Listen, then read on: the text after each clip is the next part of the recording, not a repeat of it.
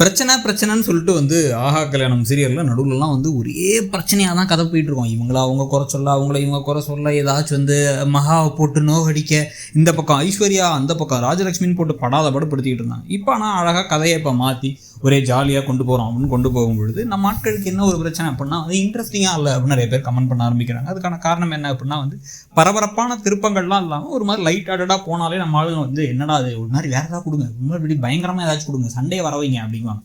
சண்டையை வர வச்சதுக்கப்புறம் என்ன சொல்லுவாங்க அப்படின்னு வந்து பார்த்தா சண்டைலாம் வேணாங்க, ரொம்ப நெகட்டிவாக இருக்குது சீரியல்லாம் அப்படிங்குவாங்க. ஸோ நம்ம மக்களுமே கொஞ்சம் வியர்டான மக்கள் தான் வச்சுக்கோங்க.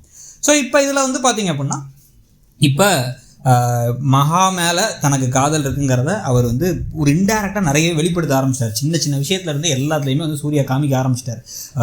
ஒரே நாளில் கிறிஷ் வந்து ஒரு நாள் முடியல, ஒரு நாளுக்குள்ளேயே வந்து இந்த கிறிஷ் பண்ணுறது பேசுறது, கிறிஷ் வந்து வண்டியில் அவங்கள கூப்பிட்டு போகிறது, கிறிஷ் வந்து அவங்களுக்கு பிடிச்சதெல்லாம் செய்கிறதுங்கிறது எல்லாமே ஒரு கோபத்தையும் ஆத்திரத்தையும் கொடுக்குது.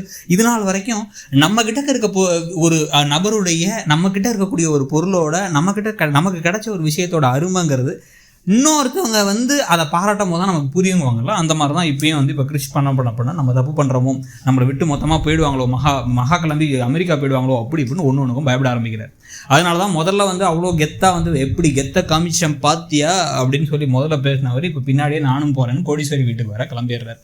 ஸோ கோடீஸ்வரி வீட்டுக்கு கூட கௌதமியும் கூப்பிட்டு போகிறாங்க. ஸோ ஒரு மாதிரி பாசிட்டிவான விஷயங்கள் தான். அங்கே போனதுக்கப்புறம் கோடீஸ்வரி கொஞ்சம் ஓவர் ஆக்ஷன்லாம் பண்ணி நான் கவனிக்கிறேன் பேர் அப்படின்னு கவனிக்க, அப்புறம் அவங்கள்ட்ட வந்து இதான் விஷயங்கிறத சொல்ல போகிறாங்களா இல்லை எப்படி வந்து அதை டீல் பண்ண போகிறாங்க அப்படிங்கிறது ஒரு பக்கம் இருக்குது. இந்த ஏன்னா வந்து இதெல்லாம் பிளான் பண்ணி கிறிஷை வந்து கொஞ்சம் ஒரு வெறுப்பேதத்துக்காக பண்ணுறோம். ஆனால் அதே சமயத்தில் கிறிஷ் வந்து பாசமாகவும் இருக்காரு அப்படிங்கிறத எப்படி காமிக்க போகிறாங்கிறதும் இருக்குது. இதுக்கு நடுவில் அங்கே பிரபா வேறு இருப்பாங்க. பிரபா ஒரு மாதிரி திருதுன்னு முடிக்கிறாங்க. இங்கேருந்து மாமியார்கள்லாம் வராததுனால பிரபாவுக்கு எதுவும் பிரச்சனை இல்லை, இல்லைனா பிரபாவை போட்டு குத்தி காமிச்சிட்டு இருப்பாங்க. என்ன ஒரு விஷயம் அப்படின்னு வந்து பார்த்தீங்கன்னா இப்போதைக்கு அனாமிகாவை கொஞ்சம் அப்படியே சைட்லைன் பண்ணிட்டாங்க. அனாமிகா, சித்ராதேவி, காயத்ரி இந்த கதையெல்லாம் கொஞ்சம் தள்ளி வச்சுட்டு இப்போ ஒரு மாதிரி சந்தோஷமான ட்ராக் மட்டும் கொண்டு போகணும் அப்படின்னு முடிவு பண்ணி இப்போ கதையில் போயிட்டுருக்கு.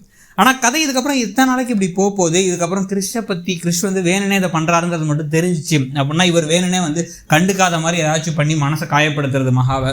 அப்புறமா ஒரு கட்டத்துக்கு அப்புறம் வந்து மகாட்டை வந்து இப்போ போய் ஒத்துக்கிட்டா ஓவராக பண்ணுவா அப்படின்னு மனசில் இருக்க அன்பை வெளிப்படுத்தாமல் இருக்கிறது, இதெல்லாம் ஒரு பக்கம் நடக்கவும் போகுது.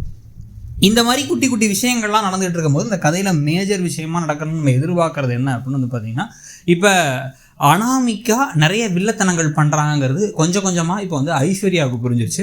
ஆனால் வந்து அது ஃபுல்லாக மகாவுக்கே இன்னும் புரியல. அதெல்லாம் வந்து புரிய வச்சு எல்லாரும் ஆனால் வந்து அன்றைக்கி காஃபி கொடுக்காம இருந்தபோது புரிஞ்சிருக்கும். அவங்க இப்போ கொஞ்சம் வில்லத்தனங்கள் தான் பண்ணுறாங்கிறத விஜய்க்கு தெளிவாக புரிய வச்சு இந்த பொண்ணு நீங்கள் நினச்ச மாதிரி ஒரு பொண்ணு கிடையாது அப்படிங்கிறது அது மட்டும் வெளில தெரிஞ்சால் நல்லாயிருக்கும். ஒரு கட்டத்துக்கு மேலே விஜயே வந்து அனாமிகாவை விட்டுட்டு வந்து திருப்பி பிரபாவை கல்யாணம் பண்ணிக்கணும், பிரபாவும் ஆனால் விஜய் தான் சரி கரெக்டான ஜோடி அப்படின்னா நிறைய பேர் சொல்லிட்டு இருக்காங்க. அதை பற்றி உங்களுடைய கருத்து என்னங்கிறதையும் சொல்லுங்கள். தேங்க்யூ.